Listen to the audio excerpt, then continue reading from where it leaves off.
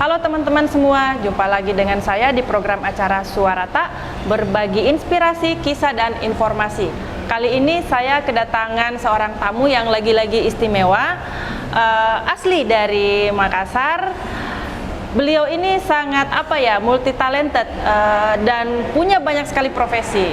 Nah, langsung saja kita menyapa bintang tamu kita kali ini, yaitu Safri Sayuti atau yang akrab disapa Kak Api. Halo Kak Api, apa kabar? Hai, sama boleh copot Ya, masker juga. silakan Kak. Ya. Aktivitas baru ini pakai masker. Ya, harus menyesuaikan, beradaptasi dengan kondisi pandemi. Gimana kabarnya nih Kak Api? Alhamdulillah luar biasa. Terima kasih udah diundang ke Suarata. Suarata ya. Salam-salam dulu buat teman-teman Suarata. Oke. Udah banyak banget yang nge-view program Suarata ini. Saya menyapa bahwa ini hari yang spesial buat saya pribadi, bisa diundang di podcast Suarata bersama dengan Mbak Wina. Sehat selalu buat semuanya. Ya, sehat selalu buat semua teman-teman ya dalam kondisi seperti sekarang ini. Gimana nih kabarnya Kak di masa pandemi seperti ini, aktivitasnya bagaimana gitu kan, karena otomatis semua harus menyesuaikan diri dengan kondisi gitu. Pandemi ini di kami hampir nggak berasa, serius, hampir nggak berasa karena kami benar-benar melakukan aktivitas yang sama seperti sebelum pandemi, yang berkurang sedikit hanya kegiatan aktivitas untuk wedding, yang agak berbeda kebiasaan aja. Kalau aktivitas hampir kurang lebih sama, kebiasaan aja yang sedikit berbeda. Wedding tetap beberapa yang berjalan, hal yang biasanya dengan tamu yang jumlah besar menjadi intimate wedding. Kami biasanya yang tanpa masker harus dengan masker. Wedding yang biasanya salaman sekarang jadi namaste. Jadi aktivitasnya kurang lebih sama, kebiasaannya yang sedikit berubah. Tapi mungkin untuk frekuensi event juga agak berkurang mungkin ya? Ya, alhamdulillah kalau wedding di kami tahun 2020 tanggal 23 Maret saya ingat banget. Pertama kali pemerintah mengeluarkan peraturan pelarangan untuk aktivitas dalam jumlah besar waktu itu. Pas kami yang dapat ada wedding yang cukup besar. Itu pertama kali kami begitu sedih melihat klien kami dengan undangan 1.800, mengorder makanan juga hampir kurang lebih 2.500. Tamu nggak sampai 800 yang hadir. Itu pertama kali kami merasa bahwa ini pandemi di Makassar ya? Di Makassar. Ini pandemi, impactnya seperti ini. Bukan hanya bicara tentang seberapa rugi klien mengeluarkan cost untuk order makanan tapi tentang sukacita pernikahan di kita, suku Bugis Makassar dan beberapa di Indonesia, bahwa kalau nggak rame nggak berasa pernikahannya. Culture-nya seperti itu. Dan ini baru benar-benar kelihatan bahwa ini bukan wedding dreams, bukan impian wedding dari klien kami. Itu baru kami benar-benar merasa bahwa ini salah satu impact dari pandemi. Tapi setelah itu kami belajar, kami mengevaluasi, kami dengan pihak hotel, dengan vendor-vendor. Akhirnya kami buat satu video jadi acuan untuk wedding era new normal. Ada yang berhasil, ada juga yang nggak berhasil, tapi kita nggak habis-habis kami buat formula gimana caranya wedding tetap bisa berjalan dan peraturan-peraturan mengenai prokes juga bisa diaplikasikan. Seperti Jadi itu. Mbak Wina. dievaluasi terus ya. Evaluasi terus sampai hari ini pun juga masih seperti itu. Nah, ini sebelum kita lanjut membahas Iya. mengenai profesi KAPI gitu kan, Iya. karena sebenarnya bukan hanya yang berhubungan dengan wedding gitu ya, Iya. banyak banget gitu. Kita mau bicara dulu mengenai KAPI masa kecilnya seperti apa sih gitu kan, karena oke. kok ini besarnya ini kreatif sekali. Jadi kan Oke. kita perlu tahu dulu nih latar belakangnya seperti apa nih Kak? Saya lahir dan besar di desa yang cukup indah ya. Lahir besar di Malino. Wah, kota bunga Ya, ya. semuanya pasti sangat familiar dengan Iya. Malino. Ayah itu bertugas dan pindah-pindah dan terakhir di Malino sampai pensiun. Saya kebetulan lahirnya di Malino. Lahir di Malino. Banyak masa kecil yang saya lewati yang saya berpikir bahwa kenapa banyak hal yang saya bisa lakukan sekarang. Seperti tadi Mbak Wina bilang kayak multi talented banget. Mungkin masa kecilnya pertama misalnya mama itu kalau ada kawinan selalu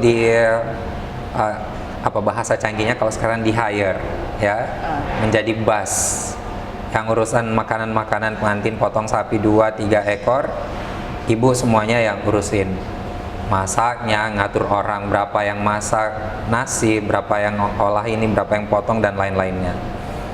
Paling sering dibawa ke acara itu saya. Jadi banyak sekali melihat aktivitas.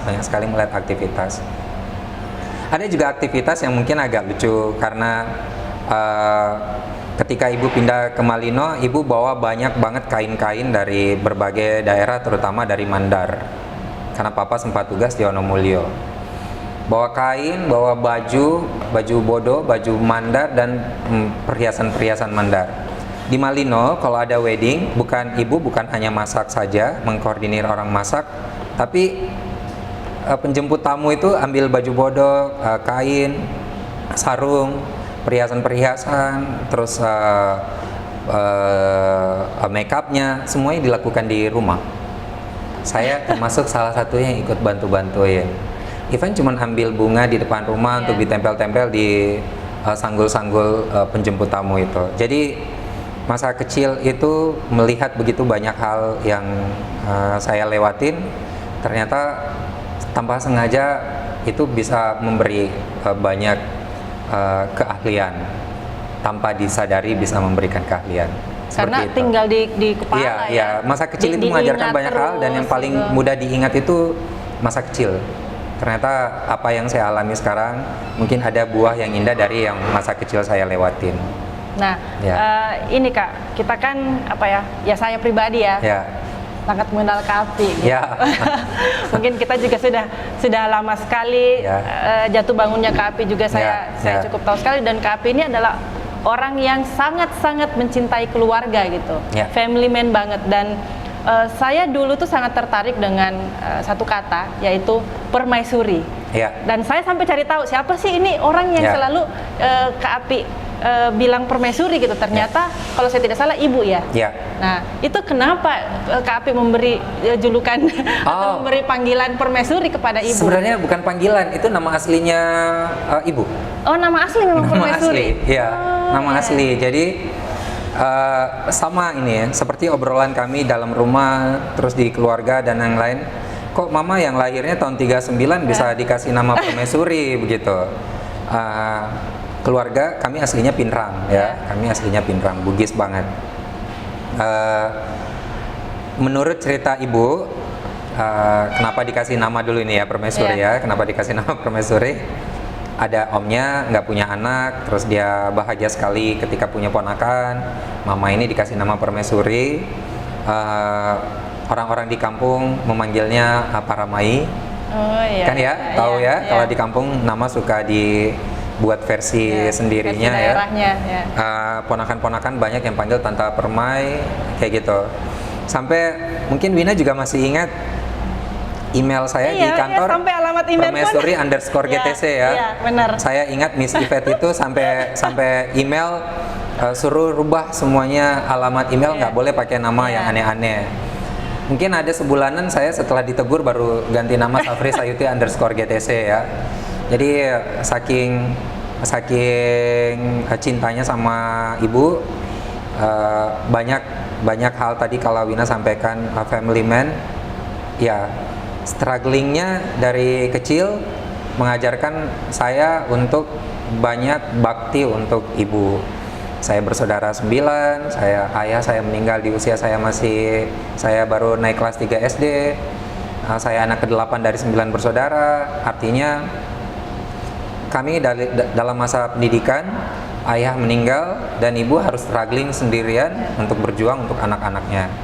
Udah tidak memikirkan dirinya, yang dipikirin bagaimana membesarkan anak-anaknya, bagaimana anak-anaknya bisa sukses. Kalau nggak semuanya bisa sukses, paling ada 1-2 orang yang bisa banggain keluarga. Dan alhamdulillah kalau ibu itu selalu ngobrol ke keluarga, kenapa Tuhan tidak memberi saya 2 anak yang seperti ini? Saya ini ceritanya, alhamdulillah gitu. Ya, seperti itu. Dan pada saat ibu harus meninggalkan Kak Api juga itu, saya lihat sendiri bagaimana terpukulnya seorang Safri Sayuti gitu, yang selama ini kita lihat kalau di depan sangat tangguh gitu ya. Pukulan terberat mungkin bukan hanya saya ya, hampir semuanya juga orang mengalami. Pukulan terberat dalam hidup itu adalah ketika kita ditinggalkan oleh orang tercinta, khusus untuk ibu ya. Butuh proses yang lama, saya baru benar-benar bisa ikhlas ya, benar-benar bisa ikhlas bahwa ibu sudah tidak sama-sama kita semuanya gitu. Saya masih merasakan beberapa hari setelah kepergian ibu, saya bisa keluar dari rumah jalan sendiri tengah malam, baru sadar itu sampai di Masjid Al-Markas baru balik.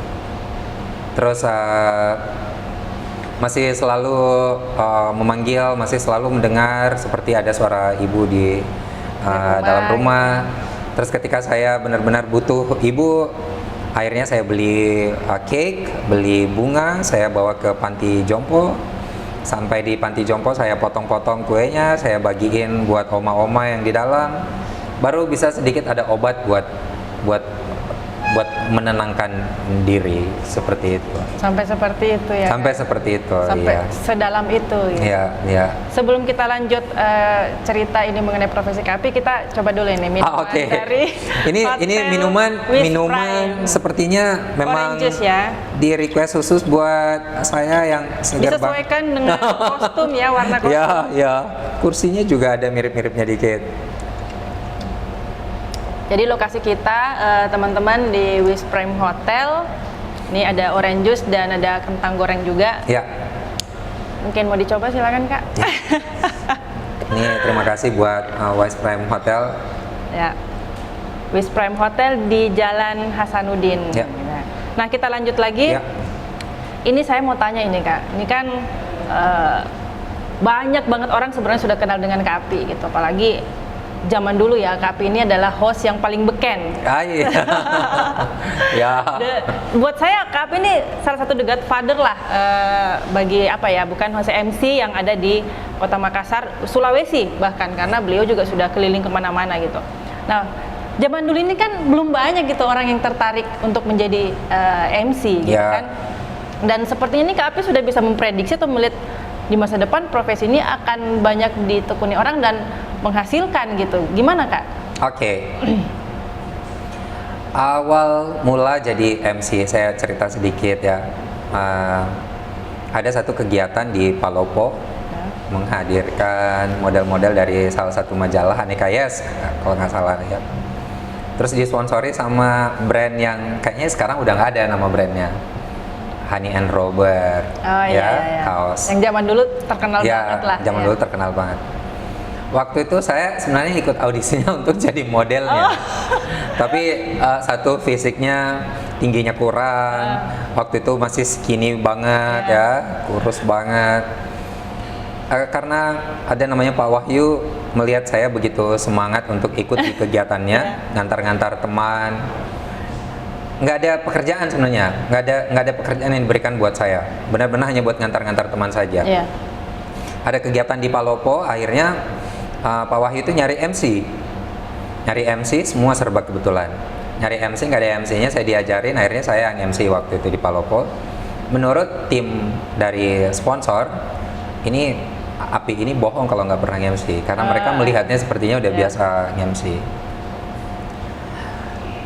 Nggak ada di plan sama sekali, akhirnya keterusan jadi MC bazar musik, karena memang zaman saya yang MC belum terlalu banyak MC. Ada beberapa MC yang dihasilkan dari Radio Madama itu yang ngetop saat itu. Terus saya masuk juga di dalamnya, yang orang-orang selalu berpikir saya juga dari radio, padahal bukan. Kalau berjalan sendiri nih. Berjalan sendiri artinya MC di beberapa kegiatan kampus, terus juga brand kosmetik, masuk ke launching produk, terus akhirnya belajar di wedding, dan dari situ saya mendapatkan ilmu banyak sekali dengan bidang yang saya tekuni sekarang, yaitu wedding organizer dan event organizer. Betul, tidak hanya sekedar nih saya jadi MC, tapi mempelajari langsung gitu ya. MC itu bukan mengajarkan tentang ilmu bagaimana meng-create event, tapi MC ini mengajarkan banyak sekali tentang koneksi. Kami sangat mudah dikenali, ketika kita sangat mudah dikenali, kami juga masuk ke industri juga lebih mudah. Ya, jauh lebih mudah. Oh iya, saya ingat Mas Api kalau nggak salah pernah MC event ponakan saya. Mas Api kayaknya pernah MC ulang tahun ini. Mas Api kayaknya pernah waktu, ya ada semuanya, ada semua, ada hal positif banget dengan bidang MC yang saya tekuni cukup lama. Sampai sekarang masih, Kak? Tapi sudah sekarang tinggal pilih-pilih kali ya? Pilih-pilih ya. Waktunya juga sudah sedikit, karena pekerjaan yang sekarang menuntut untuk meeting to meeting, ketemu klien dan lain-lain. Fokus ya, harus lebih fokus. Biar lebih profesional juga. Terus gitu. kalau teman-teman WO, IO lain selalu menyampaikan kita nggak bisa panggil Api lagi MC, tapi nggak kuat bayar. Padahal MC ini hobi.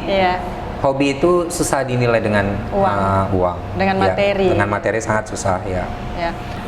Ini kan Kak Api juga kita tahu ya pernah bekerja di beberapa pusat perbelanjaan gitu, pernah kerja kantoran lah gitu ya, dan itu cukup lama juga. Nah di situ kan Kak Api banyak menggelar kegiatan-kegiatan juga, event-event juga gitu. Itu bagaimana sih Kak, kok bisa meng-create gitu? Apakah memang apa ya, belajar atau gimana itu Kak? Ya, awal pertama kali kerja di shopping mall itu di Pontianak. Itu juga karena sering MC di salah satu mall, terus GM-nya perhatikan, GM-nya tawarin, ada kakak Mbak Yanti juga ikut promosiin. Oh justru awalnya di Kalimantan ya? Kalimantan, jadi kerja di Gajah Mada Mall Pontianak. Mall ini mengajarkan saya banyak hal. Di sana belum mengerti menggunakan jasa event organizer untuk event. Akhirnya saya sendirian yang meng-create, menggambar panggung pakai tangan, ya nggak ada desain grafisnya, terus menghitung ukuran dan lain-lainnya, ketemu sama vendor, buka link kenalan sama anak-anak muda di Pontianak, akhirnya mereka kenalin MC, kenalin model, kenalin band, kayak gitu. Nggak ada yang ngelewatin proses audisi, karena benar-benar saya tiba di kampung, di kota orang yang blank, sama sekali nggak ada kenalan, kayak gitu. Mallnya mall baru dan harus melakukan beberapa kegiatan. Jadi saya ketemu vendor, ketemu talent, ketemu banyak, termasuk untuk perizinan. Terus buatlah eventnya. Buat event di situ, akhirnya struggling udah pasti. Tapi dari situ dapat ilmunya luar biasa besar. Habis dari Pontianak, karena ibu nggak bisa jauh-jauh, terus sepertinya duitnya juga habis buat ke wartel, buat nelpon. Akhirnya ada mall di Makassar buka, saya baca iklannya, di-share iklannya waktu itu lewat BBM, ya. Terus akhirnya balik ke Makassar, bergabung sama mallnya. Di mall juga dapat posisinya sebagai event koordinator, jadi menghandle event, dekor sesekali pakai vendor, kadang-kadang mendekor sendiri. Ada beberapa tahun yang sama Wina kita lewatin sama-sama ya. Jadi kelihatan Wina getol cariin caranya supaya media meliput kegiatan kita. Saling support lah ya, Kak, ya. promote kegiatan before kegiatan kita, terus pas kegiatan kita, pasca kegiatan kayak gitu. Balik lagi bahwa pengalaman dari mall ini, di shopping mall ini mengajarkan saya banyak hal ketika saya memberanikan diri untuk buka usaha sendiri. Ya. Lahirlah Yellow Project Event Organizer itu awalnya, habis itu berlanjut satu lagi Yellow Project Wedding Organizer. Nah, sebelum kita bicara ini atau cerita mengenai Yellow Project ya, ada satu yang saya selalu kagum lah gitu sama Kak Api. Ini tangannya ini loh kayak magic gitu, bikin apa aja pasti jadi. Pasti jadi karya gitu. Karena saya melihat sendiri, kadang kita pas lagi lagi nggak punya budget gitu ya, terus tiba-tiba harus bikin event ini gitu. Gudang aja kita bongkar gitu, dan akhirnya Kak Api bisa bikin dekorasi gitu yang macam-macam gitu ya. Kadang juga kain terus tiba-tiba udah jadi baju, udah jadi shawl, udah jadi apa gitu kan, bunga gitu semuanya. Nah itu gimana itu Kak sebenarnya? Kita flashback lagi tadi masa kecil ya, flashback masa kecil. Terlalu banyak hal yang saya lewatin yang akhirnya menjadi ilmu sendiri yang terekam baik di kepala, terus menjadi ilmu yang luar biasa. Sama seperti almarhumah ibu bilang, coba ada dua yang seperti ini. Mungkin karena keluarga dalam rumah pun juga suka takjub melihat tangan ini bisa menghasilkan banyak sekali ya. Menghasilkan banyak sekali, dan sekarang nggak hanya bicara tentang event organizer, wedding organizer, tetapi ada satu lagi lini bisnis yang kami tekunin sekarang, dan lini bisnis ini yang pas masa pandemi yang sama sekali nggak berimpact, yaitu kain batik lontara itu, seperti itu. Jadi memang Tuhan memberikan terlalu banyak buat saya sampai bisa seperti sekarang ini ya. Nah, mengenai event organizer atau yang sekarang Kak Api bikin namanya Yellow Project bisa diceritakan sedikit Kak, bagaimana bisa membuat Yellow Project ini? Apakah karena memang sebelum-sebelumnya itu sudah terlalu sering menghandle event-event, kita tidak usah bicara lokal lah, sudah tutup mata saya juga kan, yang nasional bahkan internasional juga sudah pernah Kak Api jabanin gitu. Nah sampai akhirnya mungkin itulah yang membuat Kak Api juga akhirnya konsisten dengan Yellow Project ini. Bisa diceritakan sedikit Kak? Ya, awal mula Yellow Project ini seru. Ketika saya sudah ada di titik bahwa saya sudah cukup jenuh dengan pekerjaan kantoran, tiba-tiba bulan puasa, saya seperti berada di titik yang paling rendah. Terus hal yang nggak pernah saya lakukan, sholat duha, saya jadi sholat duha ya. Ada air mata sedikit yang keluar ketika bermohon bahwa Tuhan, saya berikan saya satu pekerjaan yang saya mandiri dan saya tetap bisa berjuang untuk keluarga, ya, berjuang untuk keluarga. Doanya dijabah. Gak lama setelah itu saya akhirnya putuskan untuk resign. Saya putuskan untuk resign, dan ada teman yang menawarkan untuk pekerjaan menghandle tourism Malaysia. Ya, tourism Malaysia. Eventnya udah cicat lama dengan klien, tapi pas mereka bertanya tentang legalitas, waktu itu belum ada legalitas perusahaannya. Akhirnya nggak bisa pakai kami. Tapi saya selalu nggak berhenti chat sama klien, nggak apa-apa nggak pakai kami.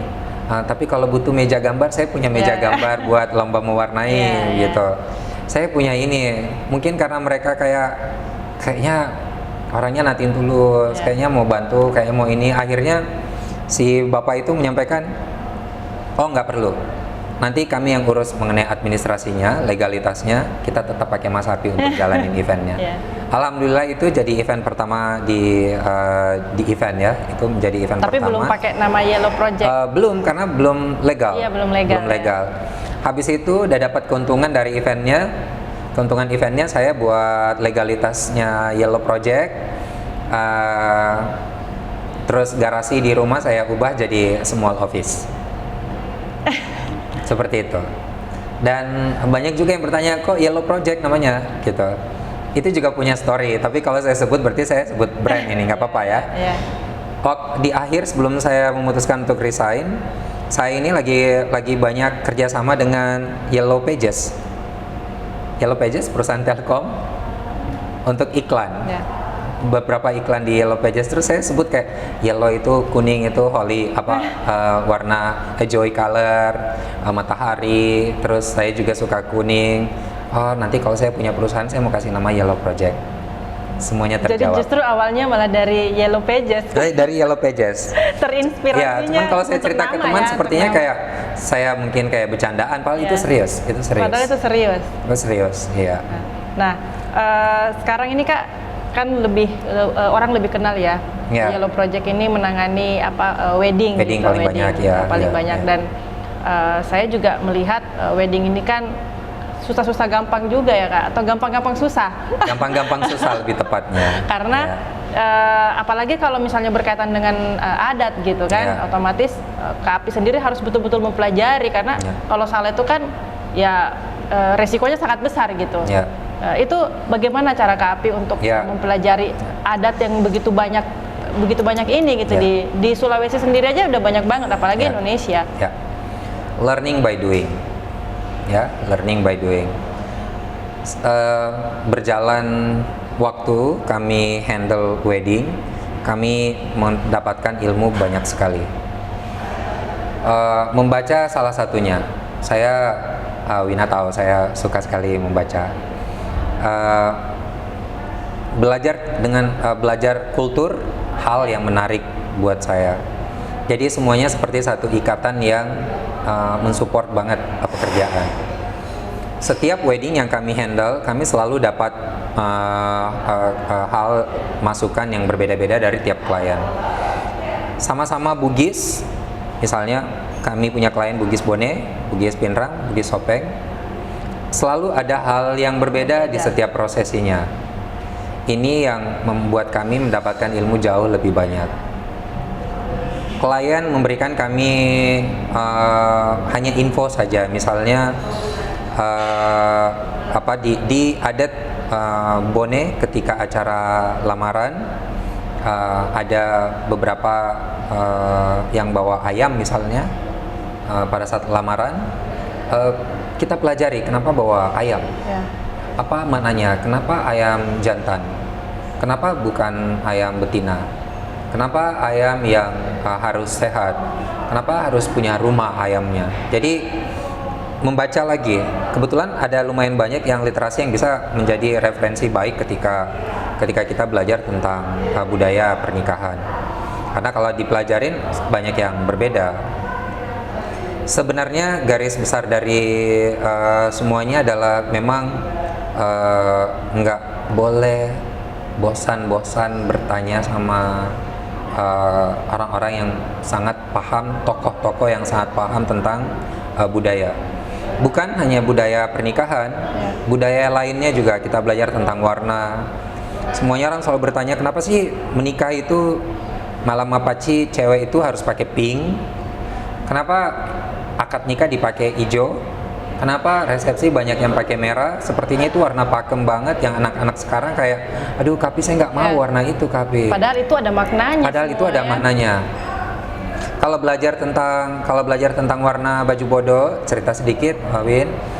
6-7 tahun lalu saya diberi kesempatan untuk ikut tim budaya Sulsel untuk show di Den Haag. Kebetulan yang diangkat itu tentang baju bodo. Dari situ belajar lagi tentang warna-warna baju. Orang-orang tuh kayaknya penonton-penonton itu kayak takjub sekali ketika kita tampilkan baju bodo warna pink, terus dijelaskan pink ini dikenakan oleh gadis yang statusnya masih gadis. Terus akhirnya saya bisa jelasin juga ke klien wedding bahwa kenapa orang-orang dulu pakai baju mapaci pakai pink, itu menandakan kamu masih gadis. Masih gadis. Jadi cari warna yang cocok, menggambar kenapa leluhur kita nggak mungkin meninggalkan sesuatu yang nggak ada maknanya. Semua pasti ada maknanya, dan makna indahnya itu sayang banget kalau kita tinggalkan. Bisa kebayang warna pink dipakai pada saat malam mapaci. Bukan bicara makna saja, tapi bicara tentang performa. Ketika orang masuk, si pengantin itu akan memancarkan aura yang berbeda. Ketika dia malam mapaci memakai warna yang sedikit agak redup, seperti yang anak-anak sekarang sukai. Jadi sekali lagi bahwa leluhur tidak pernah meninggalkan sesuatu yang tidak indah. Cuma dulu mungkin mereka tidak tertulis secara ini ya. Jadi mungkin saya selalu belajar sedikit tentang budaya. Orang dulu dengan makna saja, tetapi ketika kita gabungkan dengan yang kekinian, ya kita bicara bahwa memang kita harus stand out, kita harus kelihatan beda dari yang lain. Kita harus punya warna sendiri. Terus warna yang dipakai malam hari itu pink cantik banget, kayak gitu. Dibanding sekarang anak-anak pakai warna misalnya apa, kayak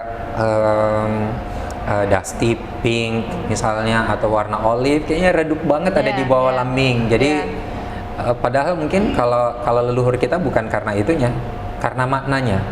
Tetapi ketika makna itu digabungkan sama performa, kita dapat satu yang auranya juga bisa lebih keluar lagi gitu. Iya, seperti itu. Kalau kayak sebenarnya ada juga seperti baju bodo hijau hanya dikenakan oleh raja, bangsawan yang mengenakan. Itu juga pasti maknanya besar. Kalau sekarang udah banyak event dia nggak bangsawan juga udah pakai hijau, udah pakai hijau. Perangkat-perangkat adat yang biasa digunakan bangsawan juga sekarang juga digunakan walaupun dia bukan bangsawan. Ketika mereka malu untuk menggunakan, kadang-kadang saya menyampaikan seperti ini. Ada istilah taro ada, taro gau, banyak sekali istilah-istilah yang leluhur tinggalkan. Saya ingat juga seperti Ibu sampaikan, ketika ada orang yang bukan bangsawan terus mengenakan semua properti yang bangsawan gunakan, itu ada namanya mabusung. Ya. Sekarang digunakan oleh yang bukan bangsawan, tetapi maknanya udah berbeda. Lebih ke bagaimana kita mencintai kultur, apa yang leluhur tinggalkan supaya dia nggak habis, tetap dilestarikan. Nah, yang bisa melestarikan itu kan memang orang yang udah punya niat dulu. Kalau dia nggak punya niat, jadinya nggak usah nanti saya nggak usah pakai lelu. Kami malu kalau pakai lelu. Kami bukan turunan raja. Lelu itu hanya digunakan. Kadang-kadang saya menyampaikan ya itu betul, nggak salah. Cuman kalau kita menghargai apa yang leluhur tinggalkan, sebagian boleh kita gunakan. Tapi perangkat adat yang benar-benar dari kerajaan biasanya hanya turunan aja yang bisa gunakan. Bangsawan aja yang bisa gunakan. Ya, tapi kalau yang masih seperti lelu mungkin masih bisa, yang masih mudah juga didapat. Karena kalau yang perlengkapan yang memang khusus untuk mereka turunan raja atau bangsawan itu kan mereka simpan sendiri. Betul. Dan itu hanya ada di Sawaraja digunakan keluarnya tuh ya pada saat anak cucunya dan itu ada prosesi sendiri kalau perangkat-perangkat adat itu mau dikeluarin dari keraton atau Sawarajanya kan. Betul. Nah, ini satu lagi Kak. Yang tadi saya bilang ini kan Kak Api sangat multi talented gitu ya. Nah, ada satu profesi lagi. Banyak profesi. Satu lagi desainer. Nah, ini kalau saya sih nggak heran ya, karena dulu zaman kita masih sama-sama tuh Kak Api hobi sekali menggambar. Ternyata sekarang benar-benar menjadi profesi juga gitu. Nah, dengan bukti Kak Api sudah menghasilkan banyak sekali desain untuk batik Lontara. Kenapa memilih batik Lontara? Apakah karena memang ingin mengangkat kearifan lokal atau bagaimana nih, Kak? Ini seru ini ya.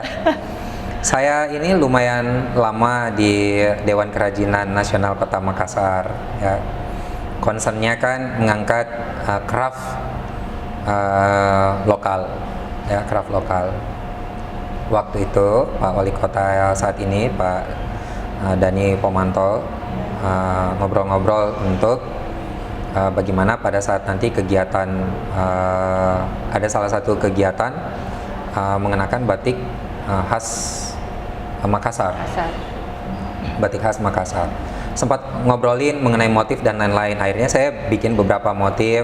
Saya ke Jawa untuk ketemu sama pembatik. bikinnya motif layar, pinisi, ombak, terus pohon kelapa, terus ada matahari, menggambarkan sunset. Waktu itu Pak Dani bilang, kurang ini Api. Enggak, bukan, masih belum identitas kita. Karena kalau bicara sunset, di mana-mana orang bisa ketemu sunset gitu. Mencari terus akhirnya aksara lontara. Aksara lontara. Saya getol banget waktu itu. Mencari ke Jawa bolak-balik cari pembatik menjelaskan tentang aksara lontara ini. Terus akhirnya saya buat batik untuk dikenakan oleh pegawai Pemkot. Dia ada satu event di Anjungan Losari. Ini mengawali semuanya kecintaan saya terhadap sesuatu yang baru. Basicnya emang suka fashion, ya basicnya suka fashion, dan akhirnya kecintaan ini bisa menjadi bisnis buat saya. Batik aksara lontara saya cipta jadi batik Api Sayuti aksara lontara kayak gitu. Karena waktu itu bingung mau kasih nama apa, paling gampang pakai nama panggilan. Dibuat dan saya mempromosikan di beberapa kegiatan. Buat fashion show, Jangan Laki Batu Raya, gelar Sultan Hasanuddin ya, Ayam Jantan dari Timur. Itu peminatnya banyak sekali. Ya, karena pada itu sebenarnya iseng. Iseng. Sampai beberapa desainer juga yang nasional ngomong, Api ini bukan kerjaan iseng ini Api. Ini serius ini. Mendesain motif sendiri nggak semuanya orang bisa lakukan. Api mendesain motif terus menggambar bajunya, pikirnya bagaimana show-nya kayak gitu. Padahal niatnya sebenarnya ikut itu iseng, terus akhirnya saya berpikir bahwa saya buat video untuk saya masukin ke perusahaan-perusahaan dan sekolah. Alhamdulillah ini udah tahun keempat kami kerjakan batik SMA 1. Batik SMA 1 itu tulis lontara semuanya itu lagu Sulawesi Parasanganta. Jadi kalau suka baca itu satu baju lagu Sulawesi Parasanganta.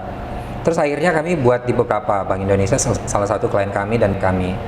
Seperti yang saya kenakan juga ini lontara motifnya abstrak, tapi di-insert aksara lontara. Bersyukurnya bahwa sekarang banyak sekali alhamdulillah kalau menjadi inspirasi.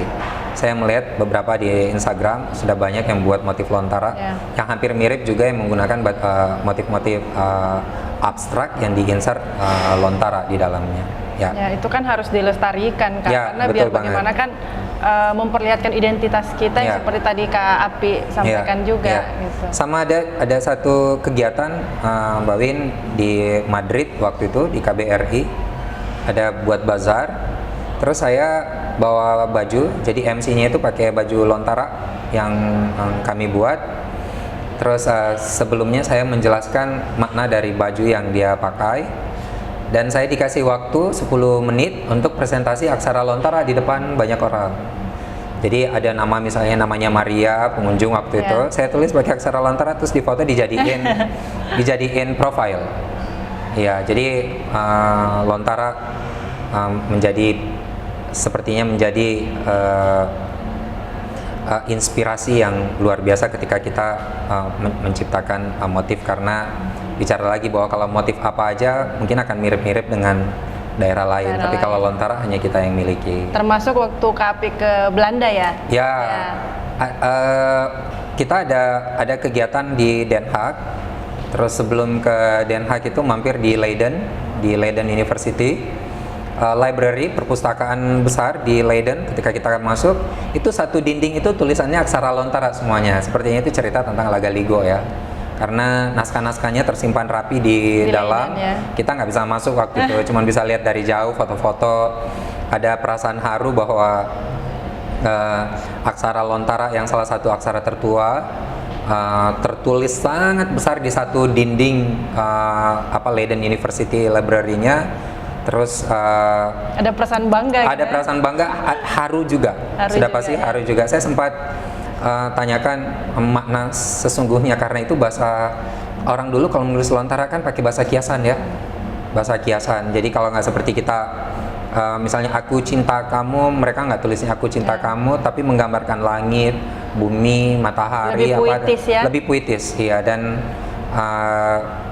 kalau negara lain bisa menjaga dengan baik naskah lontara itu, terus kenapa kita nggak lakukan? Iya, jadi itu salah satu alasannya. Salah satu pesan ya buat kita betul. semua gitu supaya bisa yang muda-muda, melestarikan budaya. yang muda-muda mungkin masih dapat pelajaran di sekolah aksara lontara, tapi sepertinya sebagian orang juga kayak gengsi kalau mau belajar. Padahal hal yang paling membuat kita bangga ketika orang lain, banyak orang yang nggak mampu, terus kita mampu. Salah satunya baca aksara lontara itu. Kalau saya sangat suka baca lontara. Dan orang lain tidak punya gitu, sementara Ya. tempat kita punya. Betul. Gitu.